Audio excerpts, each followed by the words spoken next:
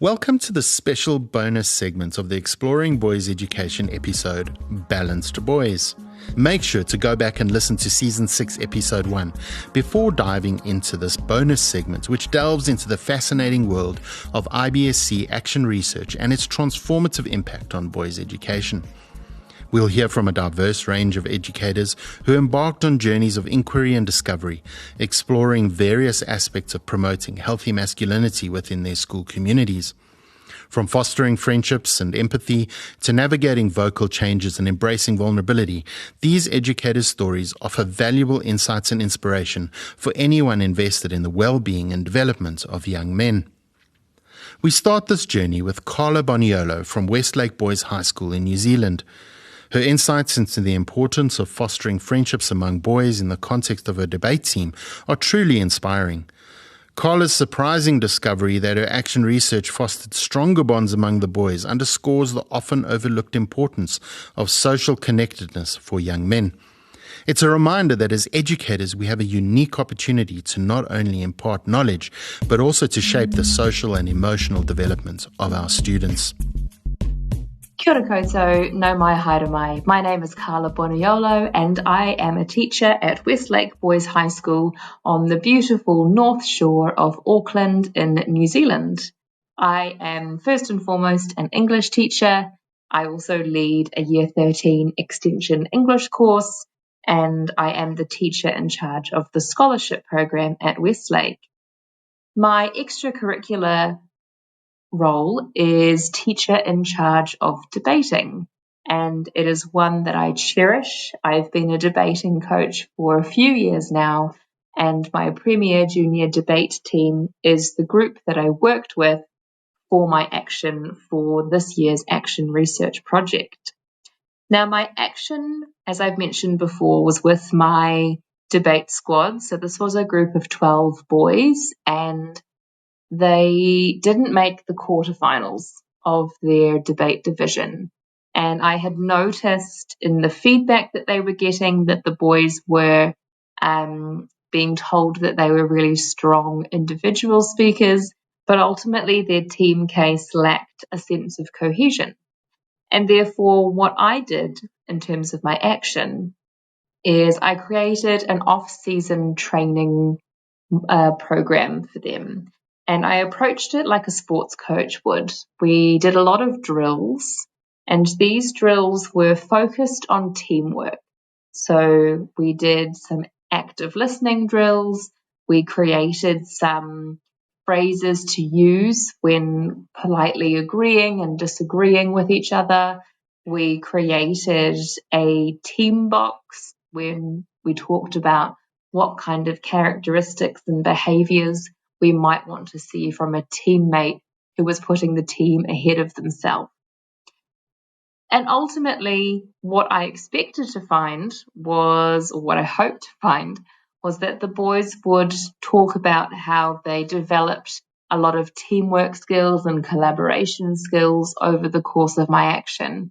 But actually, I was really surprised with the findings, and what the findings revealed to me was that the boys actually spoke about how through the course of the off-season training that I had done as part of my action, that actually developed friendships. And that was a really outstanding and, like I said before, surprising finding. It's not something that I anticipated at all. And something that I learned through my research was that boys, when they reach adolescence, they tend to abandon their close friendships with other boys. And a researcher who I encountered was Niobe Way, and I'd highly recommend listeners of this podcast to check out her work. She's a professor at NYU, writes a lot about boys and friendship. Friendships are incredibly important for boys in order to feel socially connected. And this social connectedness is a key marker of healthy masculinity. Additionally, as educators working with boys, we can actually facilitate these friendships through our classroom practice and also through our extracurricular activities. We as educators just need to be intentional in teaching boys about how to interact with each other in a team dynamic. And we need to teach them what Niobe Way calls relational literacy. We need to teach them the skills to actually interact with each other. And I think that it's actually really exciting for us as educators. We're in such a privileged position to be able to create opportunities for our boys to develop the social connectedness that will last long after their time at school ends. Carla's research has shed light on the powerful impact of intentional efforts to nurture friendships and social connection among young men.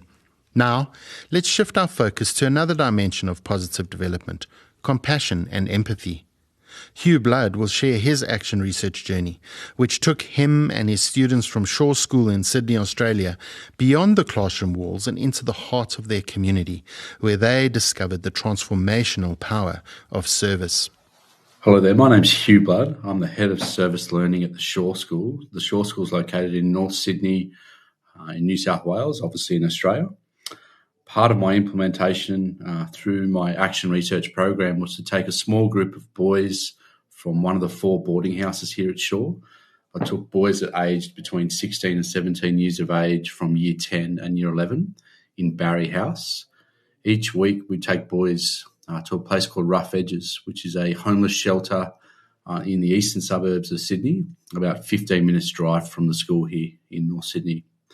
I would take boys out there and serve meals, tea, coffee and cordial, tea and biscuits, and sit down and talk with patrons about their lived experiences of homelessness, mental health issues, addiction issues, and a variety of other issues that affect each of the patrons at Rough Edges. Through this experience, I was able to reflect and learn that boys can really develop and enhance their compassion and understand what people go through each day and really understand how what they did actually made a difference to the lives of those people, and particularly the patrons they were serving. One of the second reflections that I learned through this action research process in particular was how, by being empathetic and developing compassion, it actually affects the boys' well-being and certainly improves their self-esteem, their own sense of purpose and direction in their life, and in particular really build up the camaraderie and teamwork amongst the boys that were present each of the nights that we served. Finally, the reflection that I really took a lot from as well through this experience in taking boys serving each week at Rough Edges through that homeless shelter was in particular talking about how the boys developed their own sense of gratitude and thankfulness for what they had. As a positive male characteristic, this is really important for boys and young male adolescents to understand the circumstances they're in, to appreciate the opportunities and pathways they have, and the opportunities they have being afforded to go to such a school like Shaw as part of the International Boys School Coalition. Through this action research process and journey, taking boys beyond the classroom in a service program really developed and understood their capacity to empathise with other people. It really showed kindness and care and demonstrated characteristics such as compassion and empathy towards others. This is integral for most schools to really implement and ensure that boys have opportunities to develop these characteristics so that when they leave the gates of their school, no matter where they are in the world, they have some skills and abilities to interact with other people when they too become university students and later on when in the workforce as well. This is a wonderful program, one that's continued here at Shaw post the action research and developed a number of other opportunities through service in our community. Hugh's powerful exploration of how service and empathy can shape young men's character leads us beautifully into our next researcher's work. St. Mark's School of Texas teacher Kendall Murphy takes us on a journey into the inner world of boys, exploring how a simple practice like journaling can have a profound impact on their psychological well-being and emotional understanding. My name is Kendall Murphy. I work at St. Mark's School of Texas in Dallas in the United States of America. And I did my research project around journaling and its effect on the psychological well-being of fifth grade boys. So what we did, what our action was, is the boys took home journals and were asked to write in those journals every night for 2 months. The prompts they were given were, I feel, I noticed, I'm grateful for, but they're welcome to write more if they wanted to. On the day they took home the journals, they took a survey developed by world-renowned psychologist Carol Riff on psychological well-being. After 1 month, they took the same survey, and at the culmination of the journal writing, 2 months later, they took the same survey. The boys had no idea how this was scored. It's also very important to note that I never reminded the boys to write in this journal. This was a huge risk, but I wanted to see if the boys felt the improvement in themselves as well, and if they were motivated to do it themselves. So what I discovered is after the 2-month period, 12 of my 14 boys had improvements in their psychological well-being. 2 of them did not. One of the 2 that did not turn in his journal. The other one only did 3 entries. So what we're looking at here is 100% of my boys who actively participated in the journaling process had improvements in their psychological well-being. When I took the boys after that to interview, I took them in groups of 3. I asked them questions, the same questions that were the prompts. What do you feel? What do you notice? What are you grateful for? To compare that data, I took the journals and made word clouds out of the most commonly used words. Then I took the interviews and looked at those most commonly used words. With the journals, we were looking at words like tears, perseverance, family, love, disappointment, encouragement.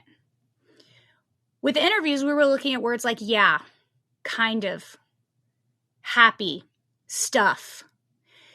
There's a drastic difference between the language in the 2 activities. So what I uncovered is that boys need an individualized outlet for their emotional well-being. So what are we doing at St. Mark's? We are taking this information. We are starting a journaling program in 5th grade. As soon as our boys walk on campus for orientation, we are going to start them journaling. We're going to follow through on this throughout the school year and see the effect it may or may not have on these boys. What did I learn about promoting healthy masculinity is so often about leadership in groups. Like we have our groups and we do leadership activities. We really put the effort forth. However, we're doing it in groups. Now, these boys in groups, we have the heavy sharers and we have the ones that aren't. What we need is an individualized outlet so that these boys can understand what sadness means. They can understand what joy means.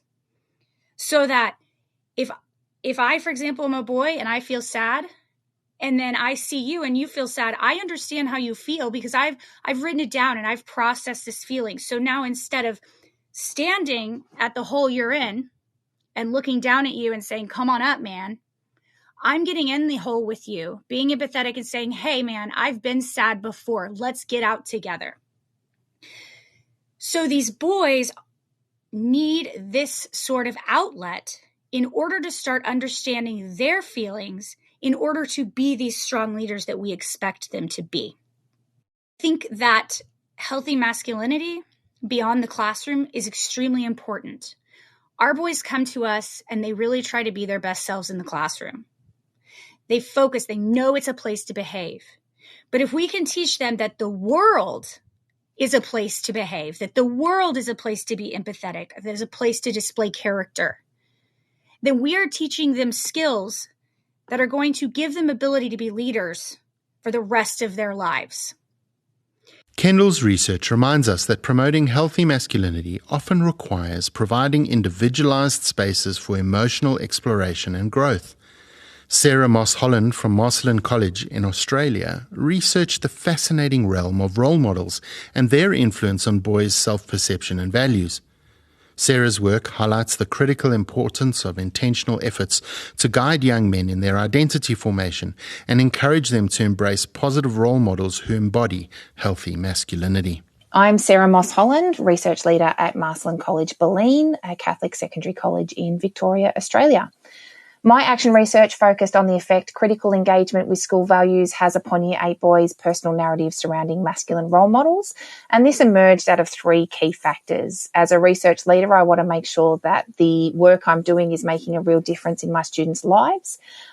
Previous research at the school had highlighted a significant disconnect between students' role model choices and societal ideals of healthy masculinity. And our school was reconceptualising its values, vision and mission statements. So this project provided a real opportunity to incorporate student voice and agency. My hopes in conducting this research was that my action would enable the boys to engage in deep self-reflection, leading to greater self-awareness and authenticity, and importantly, discernment in choosing their role models. I chose Year 8 boys because they're in the critical stage of adolescent identity formation, where they're transitioning from early to middle adolescence and beginning to shape and consolidate their masculine identity. So what did I do? The project I had was delivered to the entire Year 8 cohort initially through a 6-session program called Heart at Marcellin. Within this program, the boys explored the school's heart values: humility, excellence, acceptance, resilience, and trust, developing an evaluation matrix to define and apply these values in real-world contexts, and critically evaluating potential and existing role models. So while all Year 8 students participated in Heart at Marcellin, data was collected from 9 self-nominated students previously unknown to me who formed a consultative council. Together with these boys, we engaged in further workshops. They created personal narratives and participated in one-on-one interviews. I learned so much about myself, my school, and most importantly, my boys throughout this process. 5 key themes emerged from the data analysis, and they're detailed in my report, which can be accessed via the IBSC website. But in terms of what I learned about promoting healthy masculinity beyond the classroom, this project revealed that identity construction is not an isolated process, and that promoting healthy masculinity requires intentional effort. Prior to my intervention, masculine role models were not deemed to be important or even consciously considered by the boys. And yet, by the end of the action, they felt they were better judges of a character and understood the importance of role models in shaping their future. So this project enabled them to understand how role models around them inspire them, because it brought intentionality and the opportunity to think and reflect, leading to significant shifts in how they utilise role models to shape their masculine identity. I mentioned that I hoped this project would help my boys to become more discerning about who they chose as masculine role models, but what I found was even more powerful. Critically engaging with the heart values led to the boys adopting a values-first approach to role model influence. Instead of adopting role models and then shaping their values, the boys began with the values they wanted to develop and sought out the people who embodied those values. So this led to changes in who they viewed as role models or how they viewed them. The values-first approach led to the boys recognising a wider range of masculine role models, particularly going beyond just sportsmen, and having the courage to challenge traditional norms. Notably, 4 of my 9 boys identified females as their masculine role models in their narratives, which as an educator in an all-boys setting, a female educator, that is really empowering to know that I could be considered one of their masculine role models. So while not all boys changed who they saw as their masculine role models, 7 out of 9 students said they now view them in a new way as a result of participating in the project, particularly those who chose sportsmen. They now look more deeply and intentionally at who the person is and how they behave both on and off the field. So it's no longer enough that they're the captain or a successful athlete. They now find more inspiration in how they demonstrate core values, particularly heart. So this project highlighted genuine and lasting shifts in the boys' perspectives. 6 months later, they still reference their experiences and reflect on their learning. However, it's not always easy. One boy in particular was profoundly impacted by the experience. And while he made considerable and positive shifts in his approach to his own masculine identity construction, he still grapples with the emotional impact of his realizations. Understanding and accepting our personal narratives is a challenging, highly emotive and ongoing process. So as educators, we need to understand that promoting healthy masculinity requires continuous, genuine opportunities for discussion and reflection so as to ensure lasting change and support for our young men who are reshaping their understanding of masculinity. Sarah's exploration of how critical engagement with school values can influence boys' role model choices and self-perception highlights the power of reflection and intentional guidance in shaping healthy masculinity. Now, let's turn our attention to Marissa Sanghvi, who will share her experience at St. Christopher's School in the United States of using improv games to foster a sense of teamwork and open communication among her students in a community service program. Marissa's research offers valuable insights into creating safe spaces where boys feel comfortable expressing themselves and exploring their own understandings of masculinity. My name is Marissa Sanghvi, and I teach upper school math at St. Christopher's School in the United States. In addition to teaching math, I run an after-school community service program for boys 14 to 18 years old, and it was with this group that I focused my action research. The goal of my action was to help increase the team mentality of the group. I wanted to create a feeling akin to what they feel when part of an athletics program. And my hope was that if they felt more like a team, then they would feel more motivated to do community service. So the group met 3 times a week after school to do different service projects, and then every other week we would get together for a reflection day. It was on these days that I implemented my action, which was to play improvisation games as a group with an emphasis on team building skills, and then after we played those games, we would sit down and have a discussion. My original intention was for those discussions to center around team dynamics and how this plays out in community service, but I was surprised and excited to find that the boys really wanted to talk about themselves and their own masculine identities. So that brings me to my first finding, which is that playing the improv games helped create a space where my boys were comfortable enough to have vulnerable and honest conversations. It quickly became apparent that they had a lot to say about the concept of healthy masculinity, but they needed me to give them a place to say it. In addition, I found through survey data from the season that these games and discussions really helped the boys feel more comfortable with each other, but more importantly, helped them see the group as a team. My second finding was that working as a team was not enough to help the boys feel ownership over the service they were doing. But they were able to articulate what would have made the service more meaningful to them and help them find intrinsic motivation to do service in the future. For example, they wanted the service to be more interpersonal. They wanted to meet the people they were helping and understand them better. Additionally, they wanted to return to the same place over and over again in order to really see the fruits of their labor. Going along with this theme, I was encouraged to see that the language the boys used to describe the recipients of service changed noticeably throughout the season.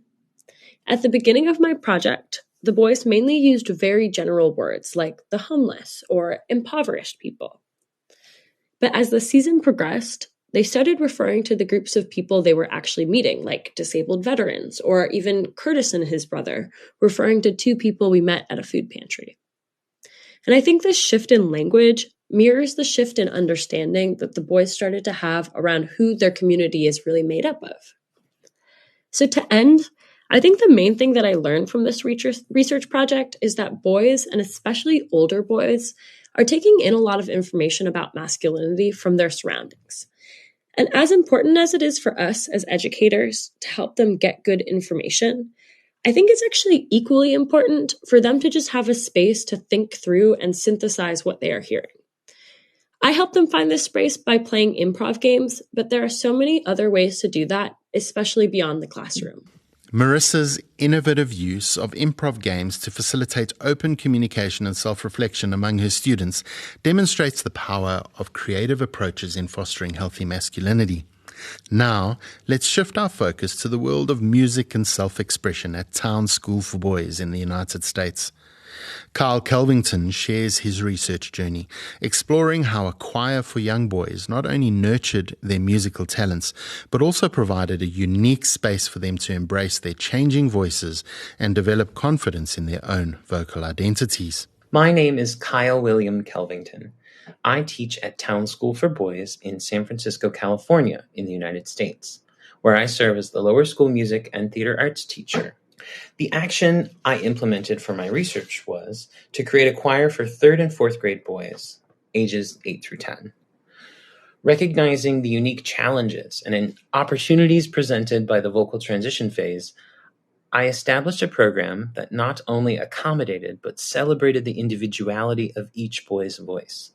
By focusing on prepubescent boys, the ensemble aimed to cultivate healthy relationships with their voices before the onset of vocal maturation. Our mascot at Town School for Boys is the tiger, and to honor the inventor of the laryngoscope, who was the son of a famous opera singer, Manuel Garcia, I named the ensemble Voce di Tigre.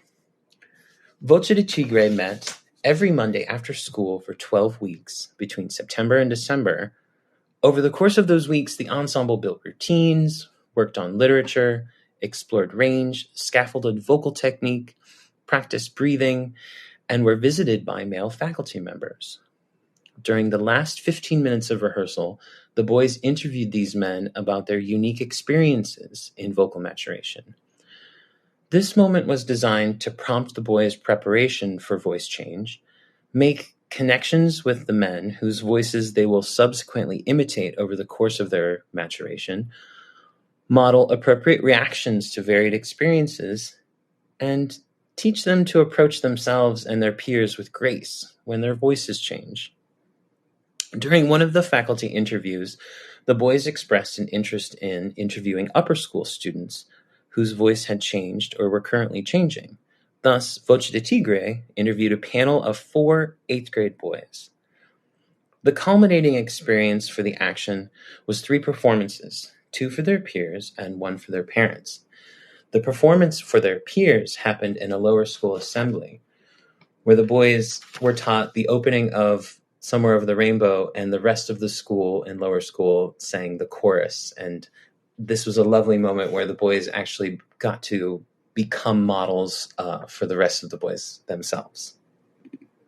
3 things that I learned during this process were, given the opportunity, these boys will invest in their friends, be supportive, helpful, and empathetic, and express understanding when other boys have difficulty, which I thought was really beautiful. Something that I learned from the research was that boys reflect on their future selves and model their voices off of adults in their realm of influence. Lastly, given the opportunity, older boys and adult educators will joyfully recount experiences, regardless of the positive, negative stories they may have to tell, ensuring either calm embrace of the change or fortification of self through overcoming obstacles. One of the most rewarding aspects of this journey was witnessing the boys' evolving attitudes towards their voices. Initially, many of them described their voice with uncertainty or negativity.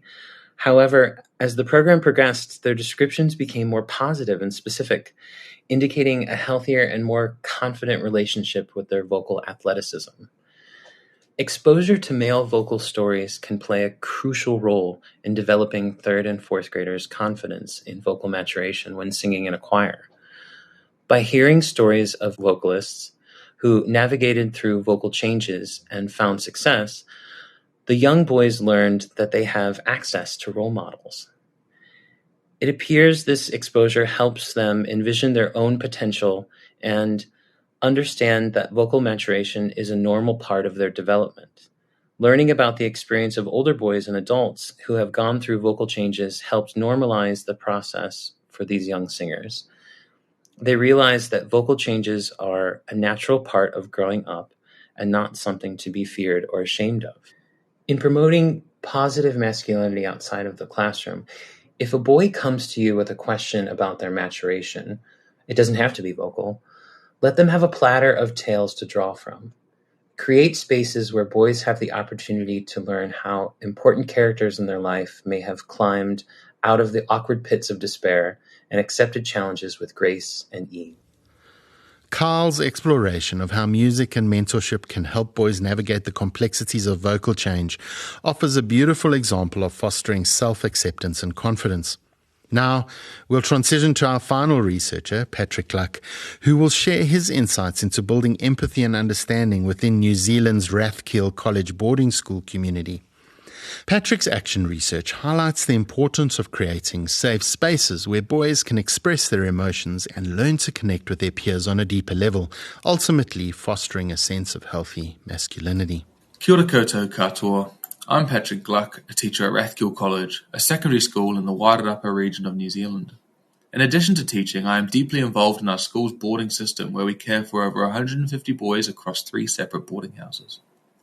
For my action research, I developed a perspective-taking program for the boarders in our junior boarding house, aimed at fostering empathetic understanding within the group. Having been involved in boarding throughout my entire teaching career, I've seen firsthand the benefits it offers adolescent boys. Community living in a boarding house provides a unique setting for boys in their developmental years to cultivate pro-social values that help define healthy masculinity. However, it also presents challenges as boys are constantly navigating social interaction, banter, and at times, bullying. When a boarding student has a tough day at school, they can't retreat to their home. Instead, they carry their emotions into the boarding house setting. Boys in early adolescence often struggle to recognize and understand the feelings of others, making it difficult to empathize with peers who are feeling low. The goal of my action research was to enhance the empathetic understanding of junior boarders through a perspective-taking program. So over the course of a school term from July to September, a group of 23 boys met with me on a weekly basis to engage in various perspective-taking activities. Many of these activities were adapted from Project Zero's Thinking Routine Toolbox by the Harvard Graduate School of Education. Additionally, I used Mark Brackett's mood meter to encourage the boys to engage with their emotional states at the start and end of each session. These entry and exit cards proved effective in developing the boys' emotional intelligence over the course of the program.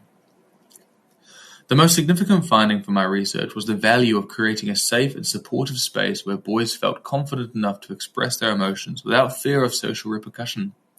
By establishing guidelines that guaranteed confidentiality, the boys felt secure enough to be vulnerable with me, their peers, and themselves. Another key finding was the importance of explicitly teaching the pro-social values and traits that contribute to our concept of healthy masculinity. Relying on boys to learn empathy implicitly or through osmosis risks them never fully grasping the importance of caring for their peers. This action research process was invaluable for both the boys and for me personally.